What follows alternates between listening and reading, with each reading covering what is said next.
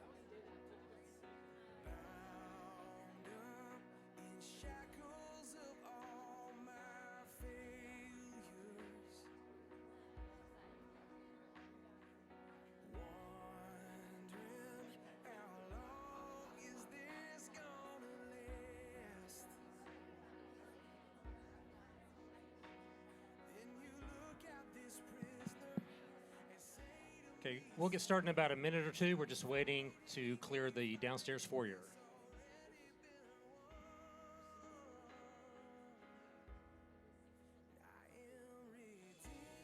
Keep talking.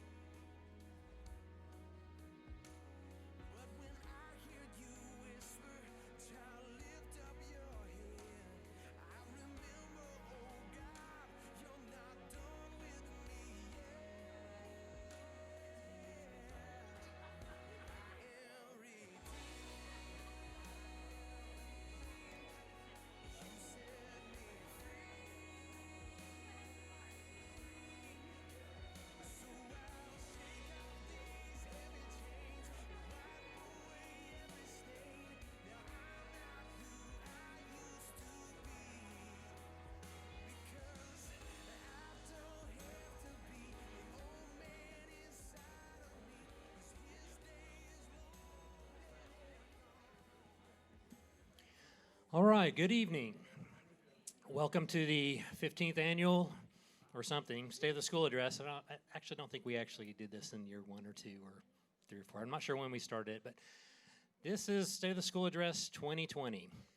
Joining me on stage tonight is our Associate Head of School, Troy Shuknick, so he's going to carry some of the water tonight. But let me open us up with a word of prayer. Father, we just come before your throne boldly and in the name of your Son, Jesus, and we just want to give you thanks and praise for all that you have done for us and continue to do for us. Thank you for your faithfulness. Thank you for just the transformation that you have brought about in so many of our kids and are continuing to do. Father, I thank you for the amazing teachers in this school and the staff that supports them. I thank you for the opportunity you give us as parents to be so actively engaged in the education of our kids. Sometimes we take that for granted, Father, but it's relatively rare in the world, and we're grateful for it.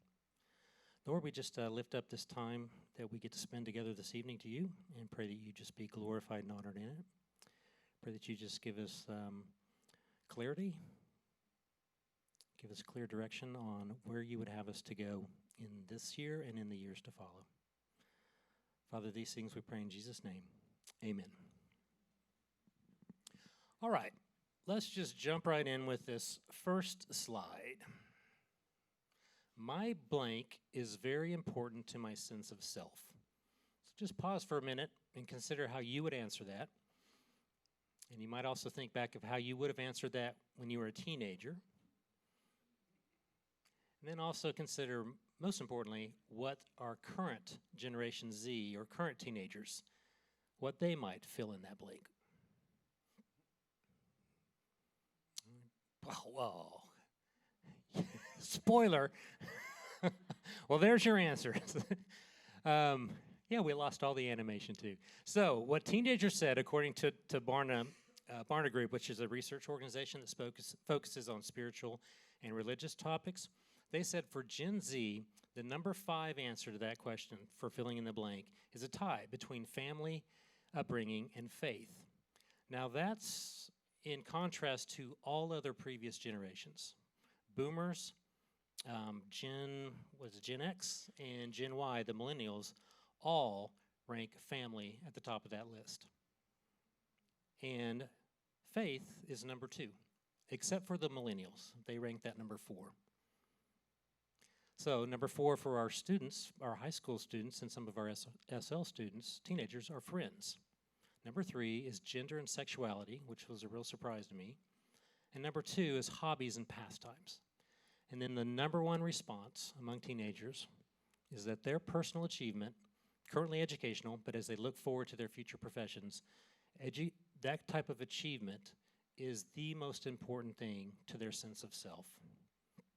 Now, Barna does say that it's not yet clear if this refocusing of identity away from the family is a continuation of a descending generational trend, or if Gen Z will gain a deeper appreciation for the influence of their family as they begin to leave the nest. Only time will tell.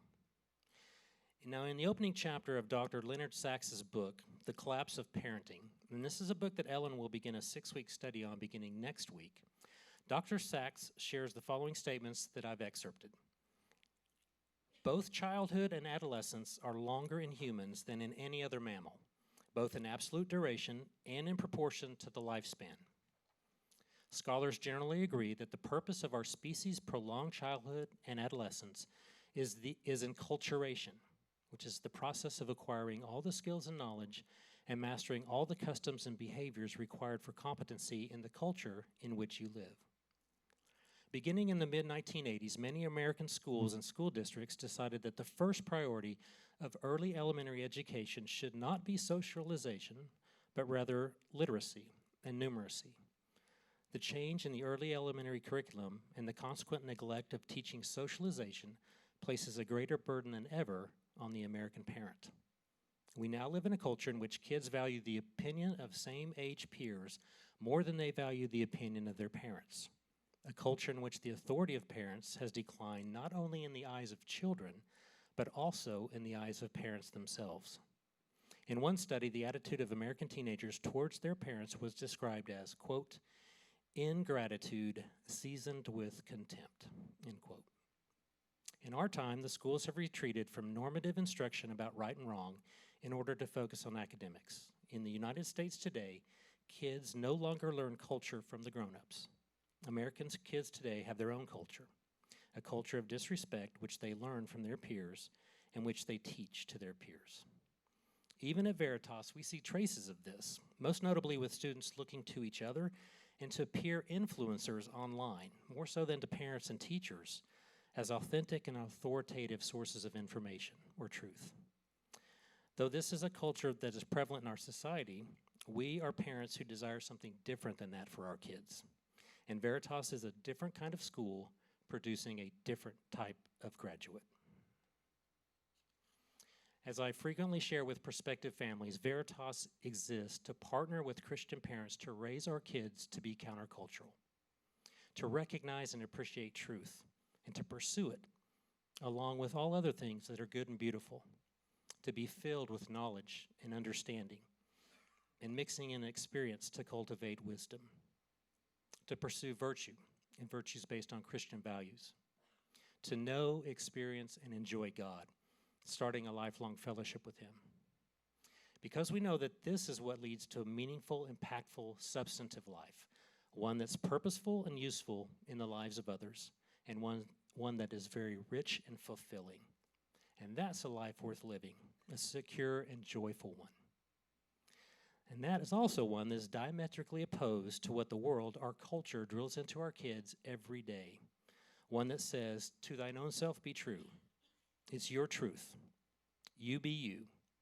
If it feels good, just do it, and don't let anyone tell you otherwise. But we know that ultimately that leads to a shallow, empty, unfulfilling, isolating, and lonely life.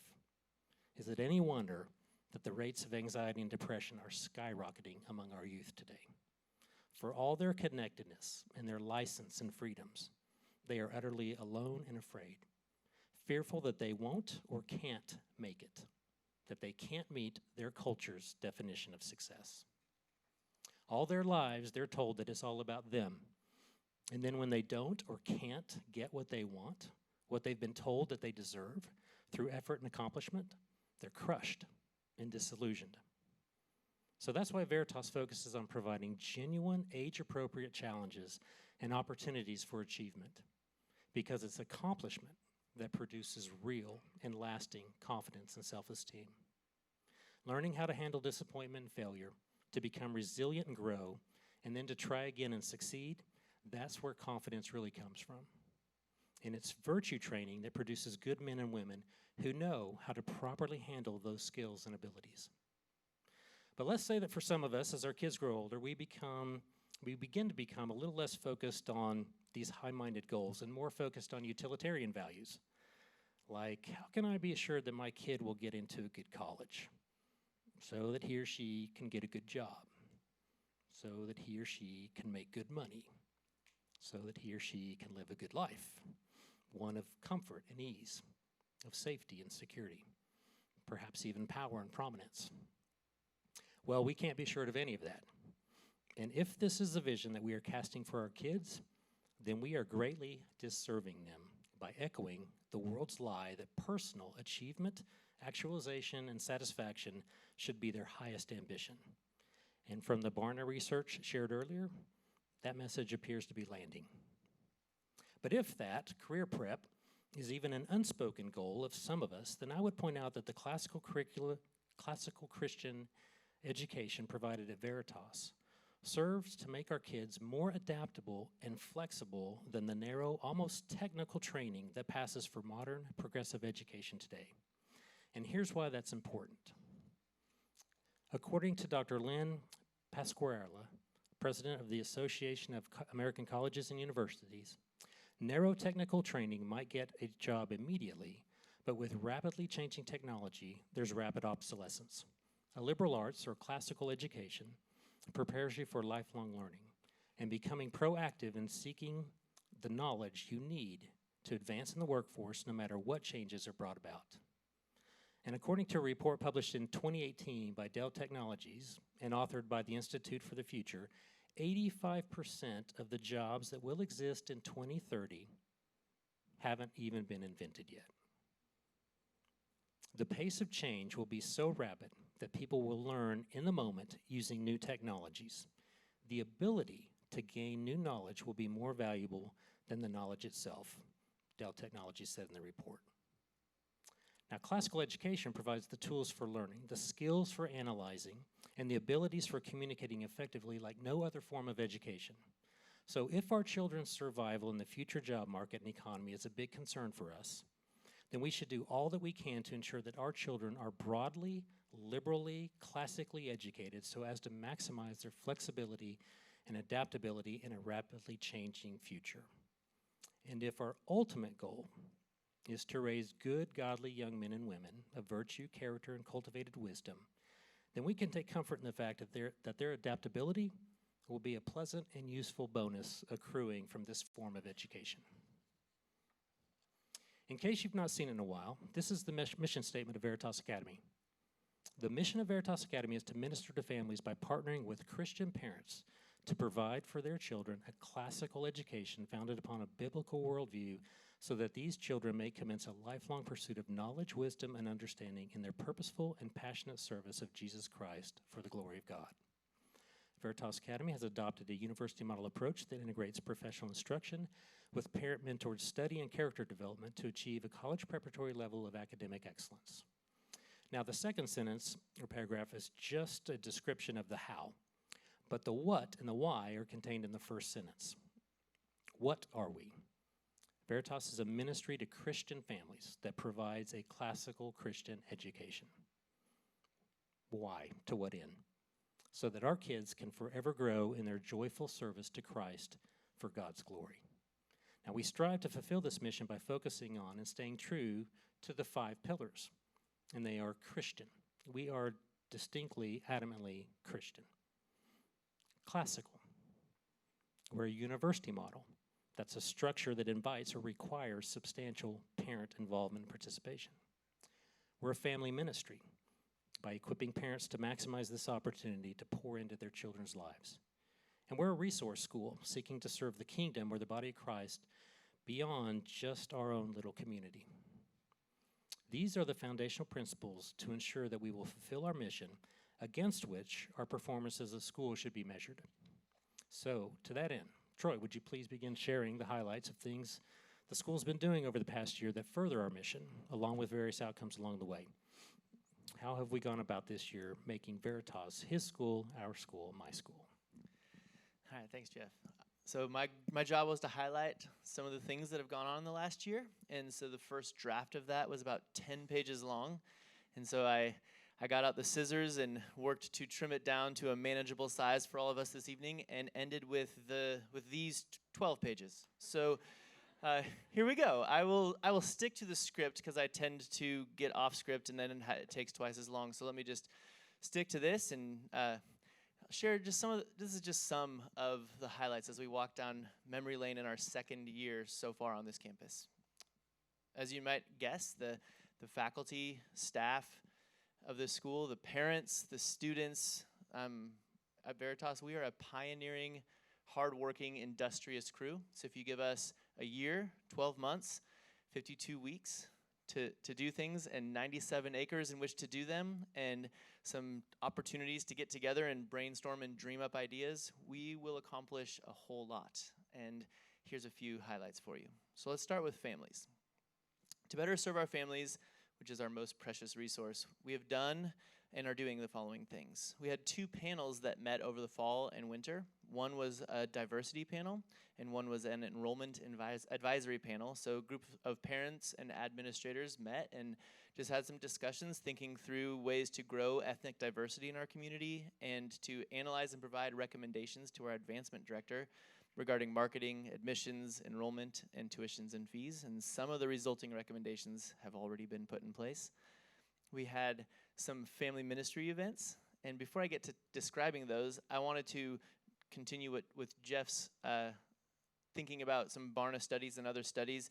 There are studies, tons of them done about Generation Z, but there are also studies done about us, the current parents of school-age children. So let's talk about what they're saying about all of us, myself included. There's some really good things, actually. They say that more than any other generation, we value time with family more than any previous generation, which I think that's kind of cool. That's a good thing. And we also recognize how fleeting the time with our kids is, and there's a whole series of things that we're doing that result from that that are mostly good. There's also some concerning trends, and I'm going to highlight one because it's relevant to our family ministry events. And there's good news because there's a concerning trend nationwide that we are not really seeing reflected in our community. So this is not going to be a lecture. This is going to be a kudos. Even the concerning things about our generation are not true about us moment. So here we go. They say that our generation of parents, we don't really like expertise. And we like to think that we are experts, but we don't like to seek out expertise. So when it comes to parenting tips, our parents mostly listened to focus on the family and consumed parenting books and did everything by the letter of what those books said.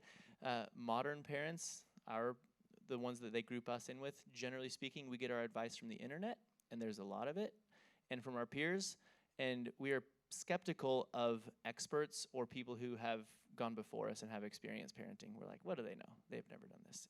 And but the good news is, what we're finding, we have tons of offerings, and we're seeing increasing participation from our current parents in these offerings, in our book studies, in our parent trainings, and at our Paideia conference. Y'all are tuning into the Facebook Live events that we put on every week. And so that's really encouraging to us, and because we put a lot of work into those things, so it's good to know that people are joining us in those. And also, just speaking about Paideia, I want to first thank Elizabeth Wood and Bianca Vimont because they put in a ton of work the last couple of years leading our Paideia, and also a quick plug saying that we need some people to come and take their place this next year because they're tired and they want a break from it. But our Paideia conference is a great opportunity to come and y'all show up. No other school that I know of who does parent trainings has the percentage of participation from their parents than our school does in the Paideia conference. And I like to think that part of it is that we have really, really great sessions. Our teachers and parents put on amazing breakout sessions, and then we bring in some of the nation's greatest speakers. So within the last year, we had Stephen Meyer come and lead us in a discussion about science and faith. And we already have 3 speakers booked coming up. The first one, we're starting a new thing. We're going to, hopefully bring in many more, called the Paideia Speaker Series, so we don't have to wait from August to August every year. So next week, on February 6th, we're bringing in the president of Axis, David Eaton, and he is going to be talking to y'all at 7 o'clock in this room, 7 p.m., February 6th, about smartphone safety. So he has a book about that, and he has a really balanced approach to managing devices in your home, and I think you'll benefit greatly from that. And then you'll leave there saying, I really wish our high schoolers could hear this. And he's coming back the next day to be our keynote speaker at our SR retreat, so the high schoolers will all be hearing him as well. We also have our August 2020 Paideia Conference speakers lined up, and we have two great guys. The first one is Dr. Richard Ross, and most of you have probably never heard of him. That's fine. He is widely known in the Christian school speaker circuit, and I've seen him at conferences numerous times. He is fantastic, and y'all are gonna be blessed and thankful to have heard him. He's going to inspire your parenting. He's going to change the way you parent in really, really good ways. And so he's coming this summer. And we also have Dr. Michael Lindsay, who's the president of Gordon College, coming. And he wrote a great book called View from the Top. He spent 10 years interviewing 550 elite American CEOs, senior government leaders, nonprofit executives, and sort of thinking through what they did, commonalities between how they got to be in these prominent positions. And he has a real heart for creating a new generation of godly Christian leaders. And so he's going to come. He was actually on campus here last summer talking to a bunch of members from our leadership team and our board. And he loves this community, and he fell in love with what we're doing. And he's like, man, I would love to come talk to your parents. And we're like, okay. And so he's coming back. And so we're really excited to have him coming this summer. So make sure you mark the dates for the Paideia Conference. Also, Traditions, which is our parent volunteer organization, continues to thrive with broad parental involvement and ownership. We really do have great parents. I'm including myself in that. A common problem in other schools is that they cannot get enough involvement from their parents, so they have to mandate it. We don't. We don't have this issue. Y'all have shown yourself eager and willing to get involved in serving many areas of our school, oftentimes going above and beyond. All right, so let's move on to celebrate some recent accomplishments in the grammar school. We'll begin with our almost littlest defenders. Jeff will be reading Dr. Seuss to pre-K on Wednesday, which is really fun. And then again, at the end of their Veritas lives as seniors, he's going to continue his tradition of reading Dr. Seuss to our seniors. But that's a secret, so don't tell any Veritas seniors about that one. At our chapel, at our GS chapels, they've been talking about some exemplars of the Veritas Valiant traits.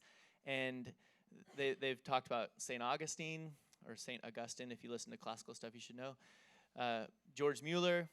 Recently, they talked about Ruby Bridges. And hearing that, my kids came home and they said, they were telling me all about this Ruby Bridges. And then they said, there's a movie, we need to watch it. So we watched it on MLK Day. And if y'all haven't watched it, it's a Disney movie, so you can find it if you know how to find any Disney movies these days. Hint, they're all in one place for a small monthly fee. And that movie sparked great discussion in the Shuknecht household about the important legacy of Ruby Bridges and MLK and all that they have accomplished for our country. In the grammar school, we've also been incorporating Charlotte Mason a whole lot more. For those of you who don't know what Charlotte Mason was, a lady who also has a philosophy of education, and this philosophy promotes student curiosity with hands-on exploration and engagement with nature so that they begin to see the world as their classroom.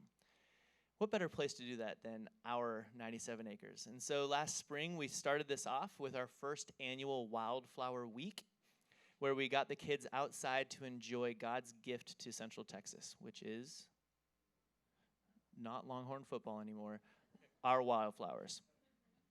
The students picked, see, that's what happens when I go off script. That wasn't in the script. Students picked, painted, planted, and really slowed down and enjoyed that week. We've also looked for ways to more consistently incorporate Charlotte Mason.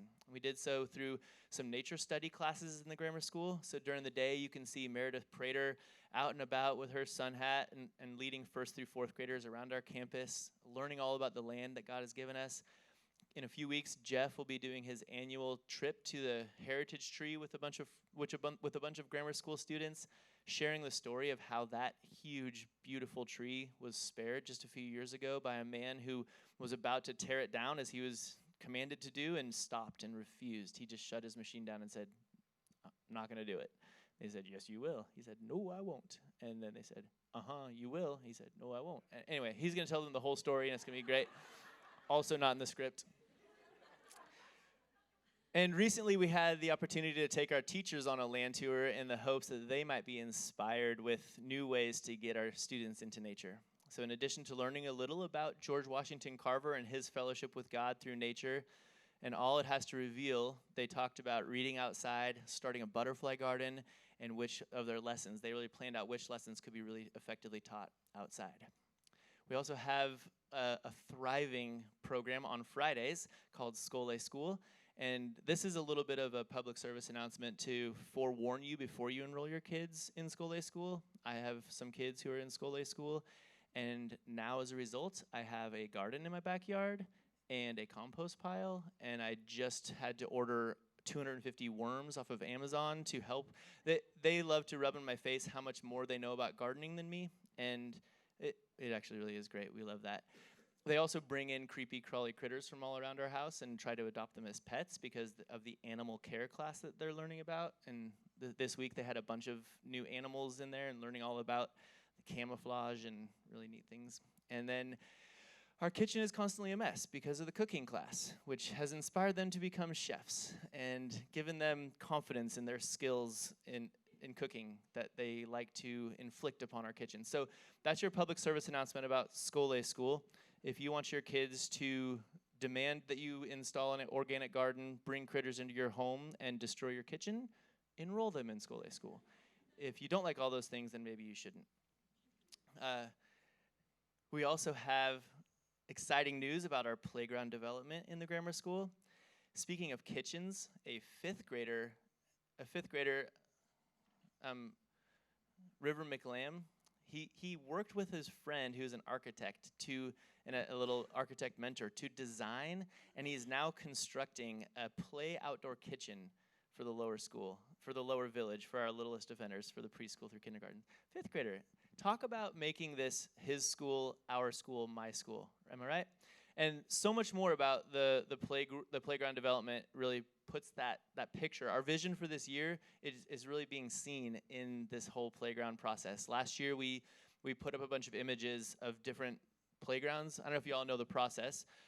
Grammar school families went and visited playgrounds from around the city, and they took pictures and sent us their best ideas, saying, this is what we want. And then we took polls and listened to you, and now we see a lot of it coming into reality. So in addition to the fifth grader, River McLam, the second grade, led by Emily Juergens, is building a TP village on February 22nd. So that's going to be a fun class project. Two grammar school dads, Brian Beadle and Brandon Clark, are designing and at some point going to be constructing a natural obstacle course. We love all the natural materials and making it look really cool and natural. And thanks to the Hyde family, our Upper Village treehouse construction has begun. And I know of at least 4 kids who every morning as we drive into school get really, really excited and talk as leading up to the thing, talk about what kind of progress they're going to see being done. They're very excited about this treehouse that's coming soon. And over Christmas break, the Banta family built monkey bars. And so go hang out up there really soon. That one was actually added by Christy Wilson. You can blame her. It was in the script, though, with a little sideways smiley face like a, oh. So in the realm of co-teacher support, we've been offering new forms of support for all of you amazing co-teachers. Our grammar school head, Hannah McWhorter, did a survey last fall, really wanting to get to know our co-teachers, wanted to know what your needs are so that we're proposing the right solutions to the actual problems and not just, spinning our wheels. And so you responded. 46% of you gave us really, really good, helpful feedback. And some things that we learned that, among other things, many more of you are trying to balance work outside of your home days and managing multiple children in multiple grades and trying to meet all of their needs, really seeing them as different learners instead of just, teaching them all as one learner. And so some of the things we're doing. So there's some new forms of co-teacher support that have been coming your way. School at home hacks, where they share small helpful tidbits for your co-teachers, and curriculum chat videos in which Hannah, Amanda, and other grammar school teachers unpack specific content area or curriculum to better allow you to understand how to teach and implement the curriculum and how to adjust it to your learner. And I wanted to give you a quick update on our grammar school head search. If you hadn't heard, our longtime grammar school head is moving up to Fort Worth at the end of this year. And so we've been searching for her replacement. And after several months of searching, both within Veritas and beyond Veritas, we've identified multiple very strong internal candidates as well as some external candidates. And we're finishing up our final interview with a candidate from the East Coast this week. And we expect to make an announcement on our decision before spring break, or hopefully maybe even as early as February. So you'll be hearing more on that really soon. All right, now let's move on to the School of Logic. In the School of Logic, we have a faculty. They say that you put your best teachers in the School of Logic and teachers who are really called to be there, and we have that. They love to shape these messy, turbulent, beautiful jewels encrusted in crud that are very much in the process of, in the words of Starla, our grammar school head, becoming. These students are becoming beautiful. They're becoming leaders. They're becoming examples. They're becoming young men and women of God. And to show how they are becoming, character awards that reflect the attributes of a Veritas Valiant were introduced last year and continue this year to be announced 3 times a year. Students have received these well and are very encouraging to each other as a result. For example, this was one faculty nomination of a student for a particular character award. During street camp in Mission Waco, this student went out of her way to show the love of Jesus to some of the kids who live in painful situations. She was patient and kind, taking time to play with them, read to them, laugh with them, and sit with them. She continued to serve in Waco by choosing the hardest, dirtiest jobs and working with a joyful spirit to complete them. So in order to provide a more seamless transition between grammar school and School of Logic, they revamped the grammar school or the School of Logic grade level launches to include the students to help prepare them better and to provide parents with time with the teachers. So the teachers are coming, the students are coming, and the parents are coming now. They added study essentials to 5th and 6th grade to help build those important skills, and they're offering the information via weekly class and video to parents. We've provided more stability and support to 8th graders by placing Kim Fuller, who's done a fantastic job over all of the 8th grade study labs. We grew the music department. This is exciting, adding both a beginning and advanced band and a choir. All 3 were enthusiastically received with 24 band members and a good number of choir members as well. To make learning come alive, School of Logic teachers are offering more special events that coincide with units of study, such as the King Arthur Feast and the Narnia Lunch, and to meet the unique needs of 5th and 6th versus 7th and 8th, lower logic and upper logic. Chapels have been separated and targeted specifically to each audience, and student life events are also separated. For example, Disco Dodgeball is now 5th and 6th, and the SL Amazing Race for 7th and 8th graders is coming in late February. All right, we'll move on to the School of Rhetoric. There's lots of great things happening there as well. We had our first ever Breathe conference, and there's so many great stories from that day. You see pictured there, learning how to make jambalaya, a huge vat of it. There was Japanese flower arranging, many types of other cooking classes, welding. They turned this auditorium into a golf driving range and hit foam balls against the curtain. It was really fun. Computer programming, auto maintenance, starting a business, so much more. It was the best part was having parents and grandparents come in here and just pour their passions and hobbies into our students, and just watching how our students received that. They really did receive it with gratitude and eagerness to learn. It was really a highlight of the year so far. We completed 3 years ago. We started we had this new idea to have 9th through 11th graders in the same leadership class together. So the idea, if all the classes were the exact same, which they're not, we'd have about 4 9th graders, 4 10th graders, and 4 11th graders in a class all together. So we started that 3 years ago, and they would stick with the same teacher for 3 consecutive years. And this year we hit the 3rd year of that cycle. And a lot of the dreams that we had we're really seeing them come to reality. the teachers say that they have a really good relationship. I know that I know my juniors really, really well and have grown to really love them. And also, we wanted to see the juniors really step up and lead the freshmen and sophomores in the class. And even last week, we had a student who, upon listening to Al Mohler's podcast, said, I would really like to teach the class. I think they didn't think the teacher would do a very good job. Because I really want to see the freshmen and sophomores really think rightly about this. And so this student led the class and did a fantastic job really stepping up into that leadership role. Speaking of student leadership, our student congress, this has been the most active StuCon team ever, including many times where they've demonstrated servant leadership. One morning they popped up a massive assembly line kitchen in our student commons and cooked breakfast for the whole School of Rhetoric, which is really cool. We're also seeing exemplary leadership in our School of Rhetoric extracurriculars. There was a time early in the school year when one session of the board game club went a little bit off the rails, and a particular game was played that lent itself to crude and crass joking. That's not the end of the story. This is a highlight. Later that evening, the teacher who was present at Board Game Club sent out an email outlining that he was disappointed with the atmosphere and that he had seen that afternoon. One student, the president of the club, shouldered the responsibility, made it right, retired the game from circulation across the entire United States. Just kidding. Apologized to the other members, even though he himself wasn't the one who was joking in such a way. And since then has made Board Game Club a better experience for everyone.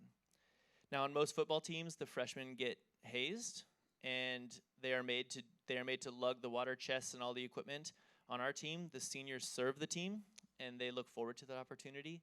And our freshmen are welcomed with loving arms.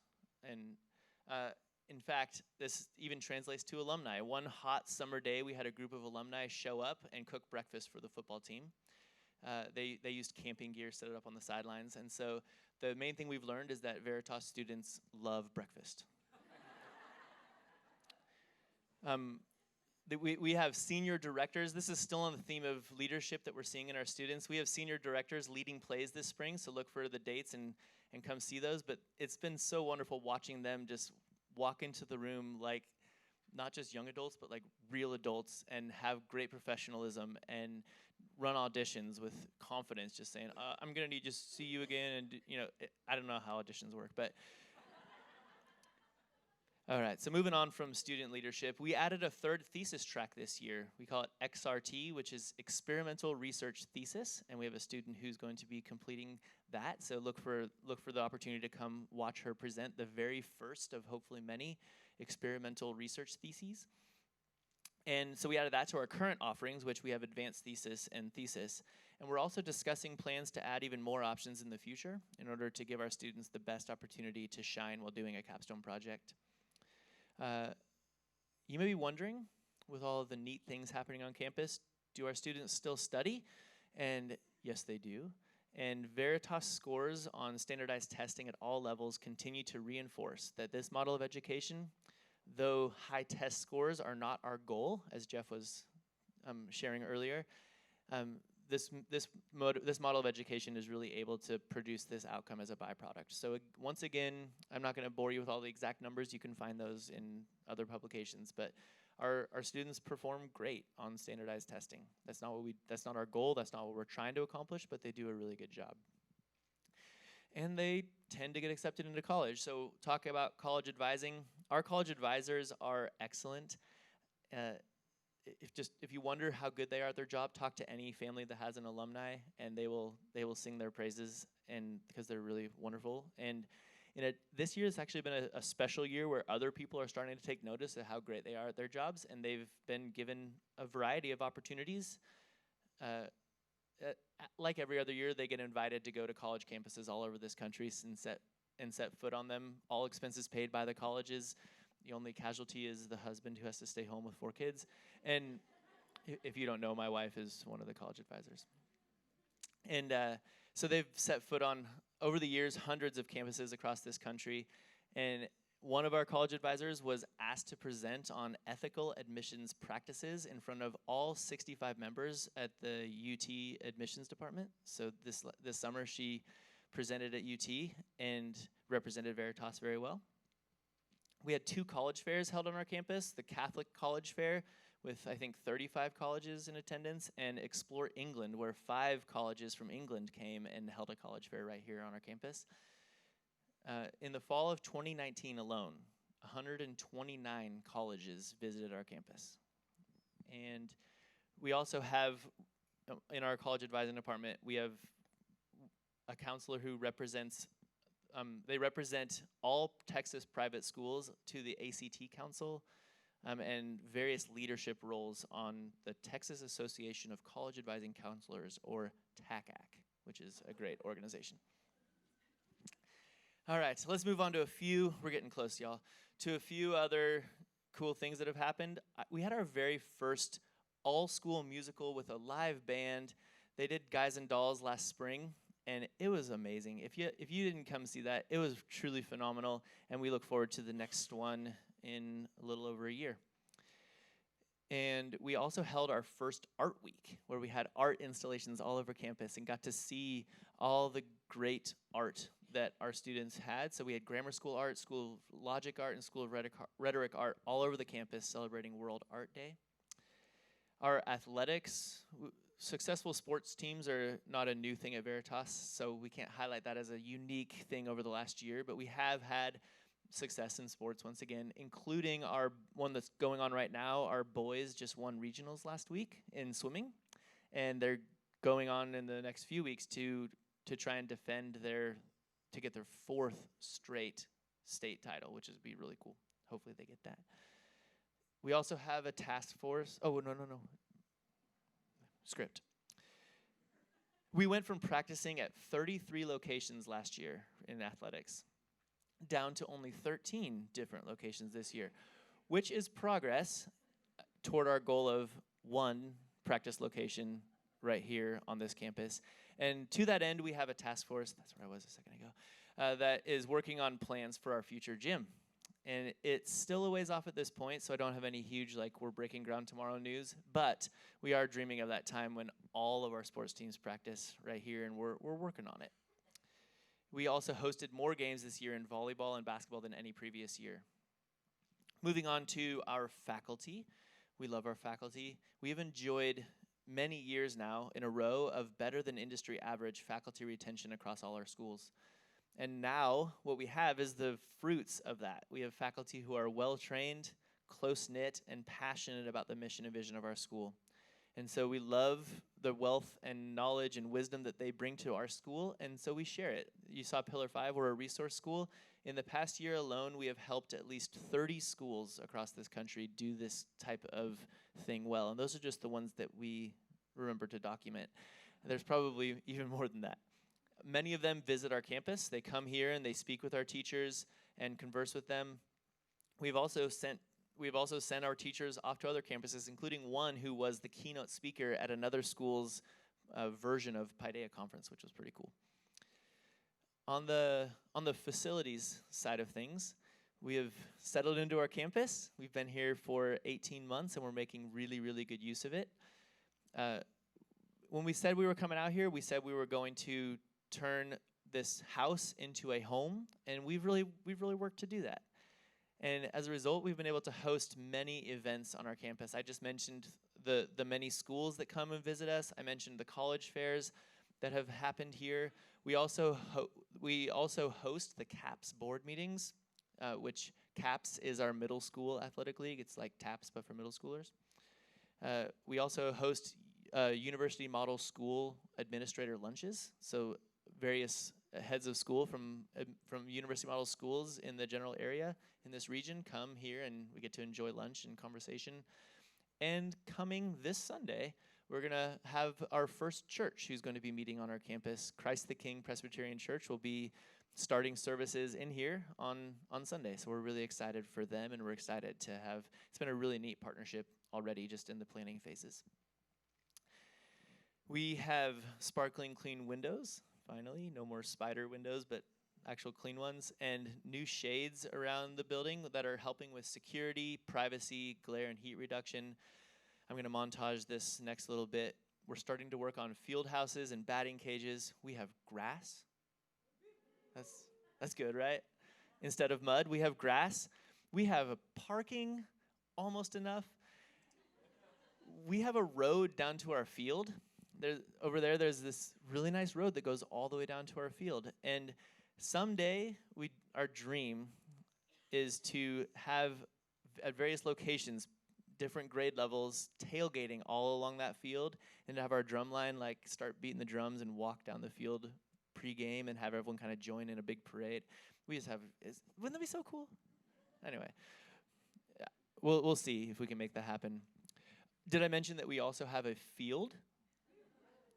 And if you don't know the story of that, so many of you do, because you came and you actually helped lay the field yourselves.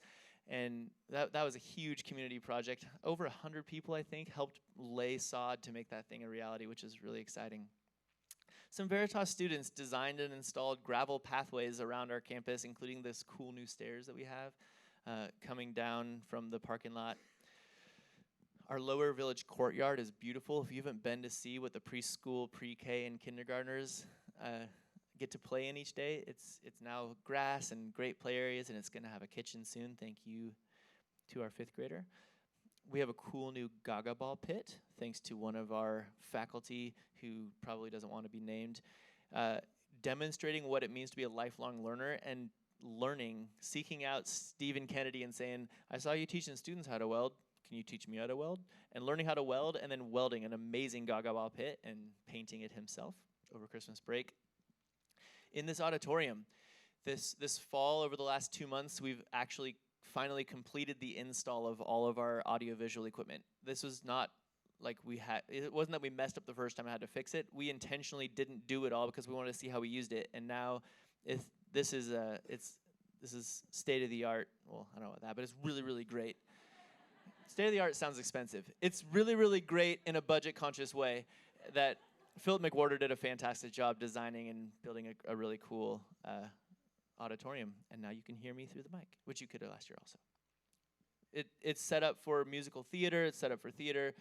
We have the church is really excited. Their needs are all being met, and various other productions. We also have a dance studio. It's kind of small, but it's great. A whole wall right over there, a whole wall of mirrors and a ballet bar. The grammar school village, we replaced several AC systems. We put windows in the doors for safety. We added gutters so that they don't get rained on. We did a gym room. We do have a gym. It's just kind of small with mats and on the walls and the floors. Our emergency management team developed a strong team with robust policies and procedures for fire, severe weather, active shooter, suicide prevention, abuse and neglect, sustained anxiety and depression, self-harm, and more. We also implemented a school guardian program, so we now have licensed and trained school guardians on our campus in addition to the APD officer. A few other miscellaneous things, and I'm almost done here. We just completed a website redesign. It's more user-friendly and easy to maintain now that you have access to Parents Web. Hot lunches are now being offered 5 days a week as well. And finally, we are excited to announce that we have been recertified by the University Model Schools International. And so we go through this process every year as part of our accreditation process. And 5 years ago at accreditation, the biggest recommendation was you need to get a permanent home. That's what they told us. They said, this is your biggest existential threat. We did it. We got a permanent home. This time, they didn't have huge recommendations for us. They more so just said lots of really positive things, and we said, what can we do better? And they were like, well, here's some more positive things. It was a very encouraging day for all of us, including one of the things that we sort of rolled out at this year is a new structure for our decision-making, kind of like our leadership admin structure as a school.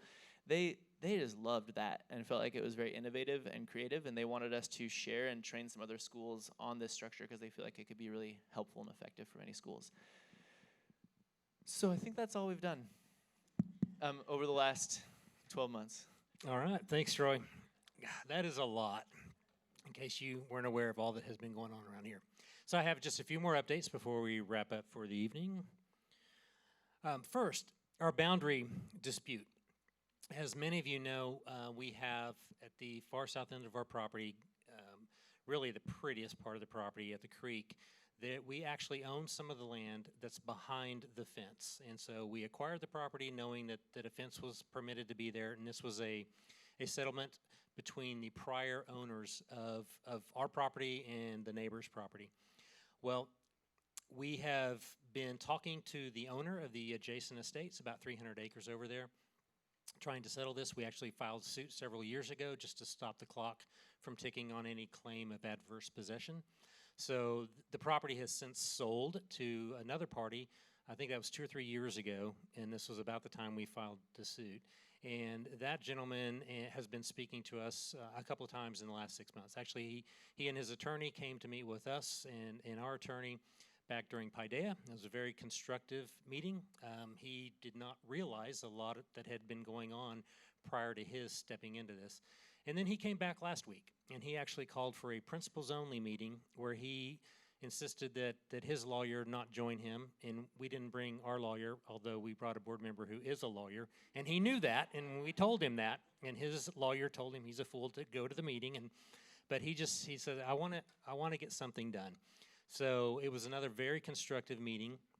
We don't have a solution yet. We've proposed sort of a swap of some properties just so that we can especially get the creek back. But what we've learned in these conversations with him is that part of the property that we most love, that creek front with the swimming pool and the dam and all this, that's behind the fence. And it's something we have used every single year that we've owned this property, even in all the years before we came out here, because I would always bring the senior class out here. And we would, at the end of the school year, we'd always swim in that creek and that pond. Turns out he also has a very strong attachment to the property. He got married on it when his friend, the prior owner, had the property. This is an escape for him. It's a retreat from the world. He's a busy businessman, very accomplished, and this is where he and his young daughter just love to go down to that creek. So he's as attached to it as we are. And so I was talking to him about, well, our life, we actually have a very long-term horizon, because as board members, we're protecting the interests of this school decades and generations into the future. And that's when he told me about his 99-year trust and his foundation and all this long-term views that he has too. So we have the same interest there as well. So what I'm getting at is, please pray. This is a good man, and I think there's a great opportunity for us to really have a great long-term relationship, and we're doing everything we can to be neighborly and make that happen. But it is time that we got use of our property again. So please pray that God just provides for us a novel opportunity to somehow settle this, and for both sides to get out of it what they most want and value. So we have some interesting options on the table. We're likely to pursue some sort of mediation. But we'll see. We're not there yet. So he needed to go debrief with his attorney, and we'll go on from there. So just wanted to share that with you. And then the financial update. So we've received our annual audit. We just received our 11th consecutive clean audit opinion since we began conducting these independent third-party audits of our financial reports, our financial reports as well as our internal controls. And as of June 30th, 2019, which is our fiscal year end, so that our fiscal year matches our school year, we had these results. As you can see on the screen, we had $19.1 million of assets, including $1.1 million of cash, and that's a pretty steady number each year. We have $10.2 million of debt, and just in the past 6 months of this fiscal year, we've knocked that down by more than $500,000. So it's about 9.6 or 7 right now. And that leaves us with $6.8 million of net assets, or equity. That's the equity that we have in this property in the school. Most of the value, the assets of the school, obviously, are this property. Let's see, income statement. So we last year did $4.9 million of revenue, and that generated $85,000 of profit. And that profit excludes depreciation, which is an accounting expense. It's not a real cash expense, so that's why we add it back. We didn't actually pay anybody for depreciation, but it's recognized as a charge. So if you take that out of our income statement, we had a profit of $85,000. Regarding our budget, we're on track to break even this year. Personnel expenses continue to account for the lion's share of our expenses. In fact, there's about 2/3 of our budget The next big cost for us is facilities, and that's about a quarter of our budget. So both of those are relatively fixed costs, and that leaves, as you can imagine, do the math, about 10% of our budget each year are everything but the mortgage, the facility costs, and the personnel costs. So getting to tuition and fees for the coming school year. Next year's budget has not yet been finalized and approved by the board, but I want to share with you what's been presented. We're proposing no fee increases for next year. And for grammar school, which would be grades K through 4, we're proposing the tuition increase by 2-point-something%. So hopefully closer to 2 or 2.5, but it'll be in the 2s. For the School of Logic, for a full load student, the increase is expected to be in the 3s, so under 4%. And then for the School of Rhetoric, a full load student can expect to face a tuition increase of about 4.5, 4 point something. We haven't nailed that down yet, but it'll be under 5%. That's what we're proposing. Lastly, for preschool and pre-K, we are dramatically reducing tuition and fees in order to make these programs more price competitive with all of the non-academic programs in Southwest Austin, because we really want to see these lowest two programs become the entry point for many families into Veritas. So we're doing all that we can to remove barriers to keep that from happening. We're also increasing tuition assistance substantially, and we're making it available to new families for the first time. And we're doing all that we can in order to make Veritas Academy affordable for all. The single biggest thing that we can do, however, to keep tuition down is to fill the empty seats. As built, this facility has a capacity for us to add more than 100 new students. But we started this school year with 15 fewer students than what we started the prior school year. So we have a real opportunity for low or even flat tuition increases in the future if we can return to growing our enrollment. And that's where y'all come in. So on the screen is a list of the Veritas families who have been mentioned by prospective families so far this admission season. And it didn't look anything like that when I typed it in. There's supposed to be 30 names up there.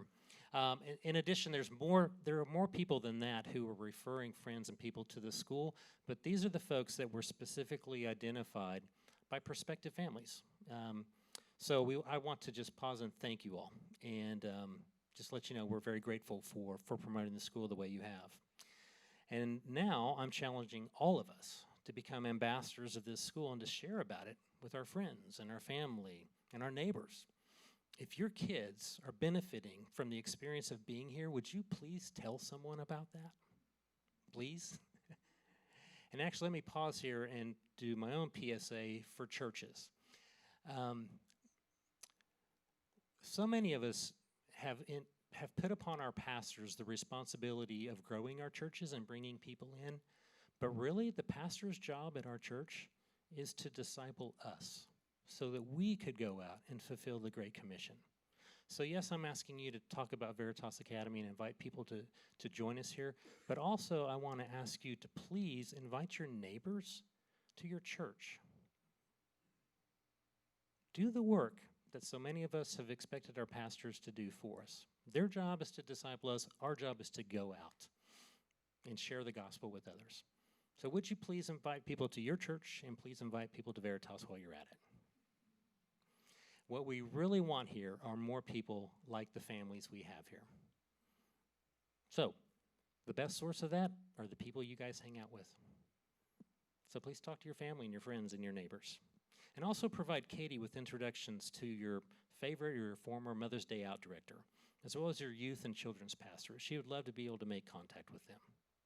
All right, briefly, some admissions changes that we've made this year include campus tours, having campus tours as part of each and every info meeting or open house. And we also have a new admissions event format. We're using round tables now where current families serve as hosts in order to better connect these prospective families with our community from the first time they set foot on campus. We also now are featuring some daytime informational meetings, Welcome Wednesdays. And the next one is not this Wednesday, but next Wednesday, February 5th at 9 a.m. Now, Katie, would you please come up and share a little bit about the upcoming events and timelines for admissions, for re-enrollment, and the development events? Yes, so the big things on the horizon that I just want to kind of cover our enrollment, course requests, and a reminder about tuition assistance. So enrollment itself is an online process for us, and we're going to launch that at the beginning of March. So March 2nd through 6th is when we'll have online enrollment.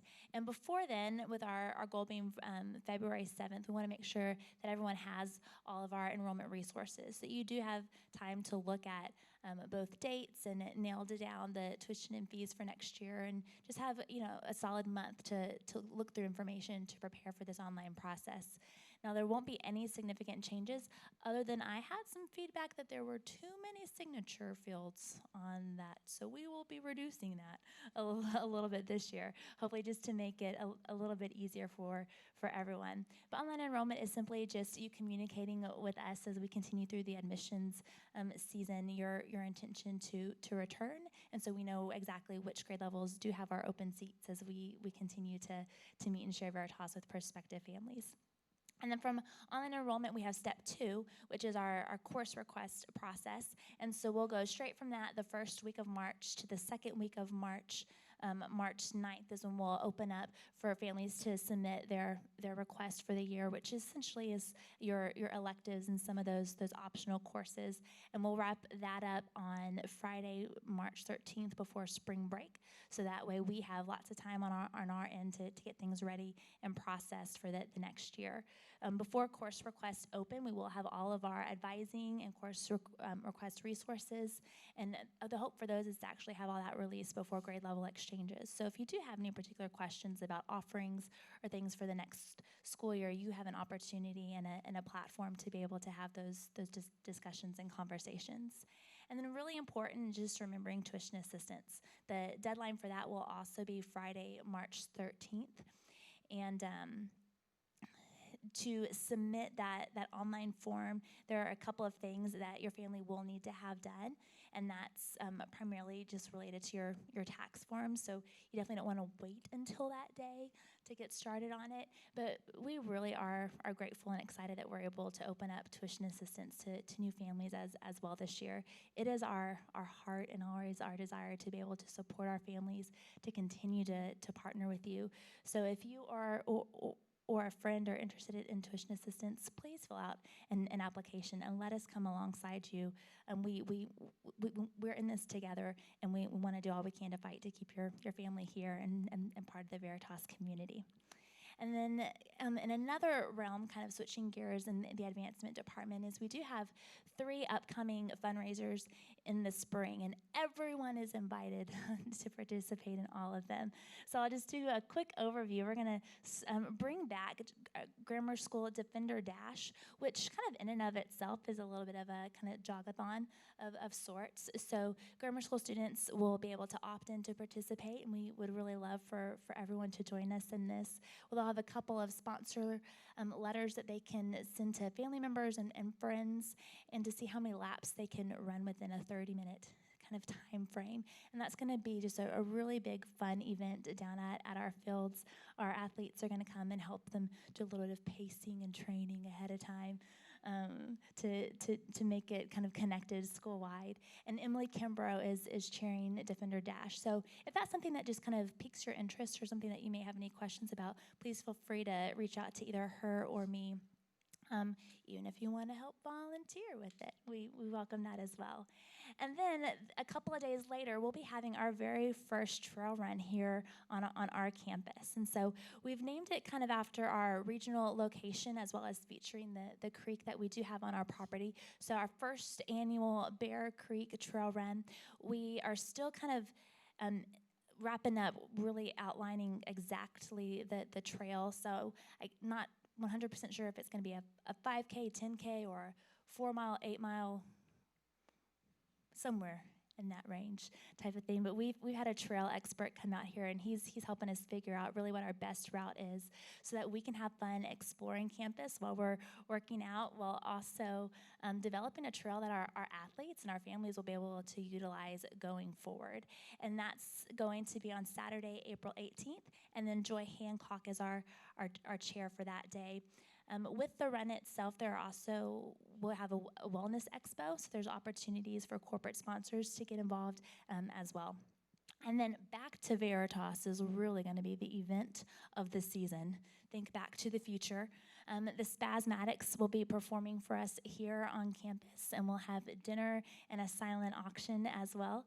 And that is Sunday, May 3rd at 5 o'clock, with Paula Peoples and Aaron Stotler serving as our faithful chairs there, and Kristen Carnes and Kim Fries leading the silent auction piece. So this is kind of, if you want to think, a gala of sorts, but for us more so a hill country, hillside concert, and just an opportunity for us to utilize our campus, as well as invite people who may not necessarily have another reason to come visit Veritas, to come just be a part of this fun evening. We are definitely grateful to be here, and we want to utilize our resources well. And so in just a little bit, kind of as we conclude, I do have a clip of the Spasmatics to lure you and entice you to come and join us, but I'll save the 80s music until the very end. But if you are looking for ways to get involved, we're going to be reaching out very soon, again, looking for sponsors for our events, as well as volunteers to help us coordinate our efforts and make sure that all three of these days come together well. We'll have some special pricing to buy tickets ahead of time, and we just hope that you'll join us by inviting your friends and having fun. And then just another kind of special shout out, Brian and Allison Beadle have been doing all of our new logo work, as well as Sydney, so they're great, and I hope you love our designs as well. Well, thank you. Thank you, Katie. So you saw the name Rob Shields up there with the Spasmatics. You may actually know him, not realize it. Oftentimes, Rob's a drummer in the band, and so they frequently do gigs around the state. And he is frequently one of the volunteer dads doing our carpool, because he often comes from gigs. So he's already up, and he gets here early in the morning and dons a vest and opens your kids' doors for you. All right. Your kids are really, really loved here. That is... I think it's relatively unique. Even a curmudgeonly old guy like me really loves your kids. And as I was texting earlier tonight from the stage as Troy was going on and on, I was texting Starla to go turn the AC down for y'all, so you're welcome. I received a text from a graduate from a couple of years ago. And he just says, "Seems like I've rekindled my love for Jungle Land." This kid... one day at AOC, around lunchtime, he just went peeling out in his pickup truck, through the parking lot, onto Monterey Oaks, and around the corner. He was leaving rubber behind like crazy and blasting music. Found out who it was, called him up, wouldn't take my call, kept calling him until finally, "Yes, Mr. Fowler," said, "Son, you need to come on back to campus. We need to talk about this." And so as he came back, I gave him a relatively unique punishment, because he was explaining to me that the reason he did this, he was just so caught up in the moment. He was listening to Bon Jovi, and it just really got him fired up. And so I just said, "Son, he's a derivative. Here's part of your punishment. You're going to listen to 2 full-length Bruce Springsteen albums, and you're going to become in touch with, the master." And he actually emailed me, and that was part of his punishment. He had to write up what he learned from this experience and all that. And he came back later and said, "You know what?" He actually texted me this a while back. "Mr. Fowler, that changed my life." Love it. So now he's in West Texas, and he's listening to Springsteen's Jungle Land album tonight. So just an example of the impact that teachers make around here. And I get very little time with the kids directly, so the real teachers around here, they really do impact your kids' lives. We are blessed to have that. My youngest is now a senior, that's her third, and each one of our kids have just been beautifully mentored by a variety of people, and I am so, so very grateful. So thank you, and thank all the faculty who have tended and shepherded our kids' hearts. All right, let me close by reiterating the invitation that I gave you guys last year to please come to this campus and spend some time with us. Explore it, walk around, enjoy the beauty, fellowship with each other, and occasionally work to improve it. I'm going to try to spend more time outside this spring. I don't know that I can make it every Friday, but I'm going to try on Fridays especially if the weather's nice, is just to work outside. We got a lot of projects, and I'm starting with the grammar school stuff, and in the almost 100-acre wood immediately behind the lower village, or the kindergarten area. So if you find yourself available on some Fridays, call up here. Actually, just come up here, because even if I'm not working, if you want to work, we'll have stuff to do. But the more that you get your hands dirty and invest your time and effort into this land and this school, the more you're going to get out of it. The more you're going to fall in love with it and with the people here. And it's going to bless you, and it's going to bless your family. So please come partake in what God has made available to us. All right, so that's all I have for this evening. Let's go ahead and pray, and then immediately afterwards, there are refreshments down in the cafe. But I think right after I finish praying, I think Katie's going to cue up that sneak peek of Back to Veritas by the Spasmatics. All right, Father, thank you again for your presence tonight. Thank you for your presence on this campus each and every day. Thank you for being in the classrooms, in the hallways, and outside. Lord, thank you. Thank you for just being here and reaching out to our kids, for surrounding them with people who love and care for them, who challenge them, who train them and teach them to not be true to themselves, but be true to their future selves, to be transformed into the likeness of Christ. Thank you. We are blessed, and we're grateful to you, Lord. It's in Jesus' name we pray. Amen.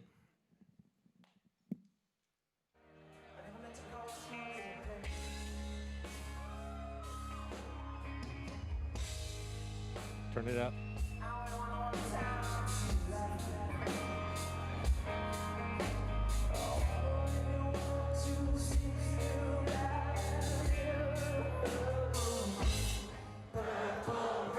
Sing it.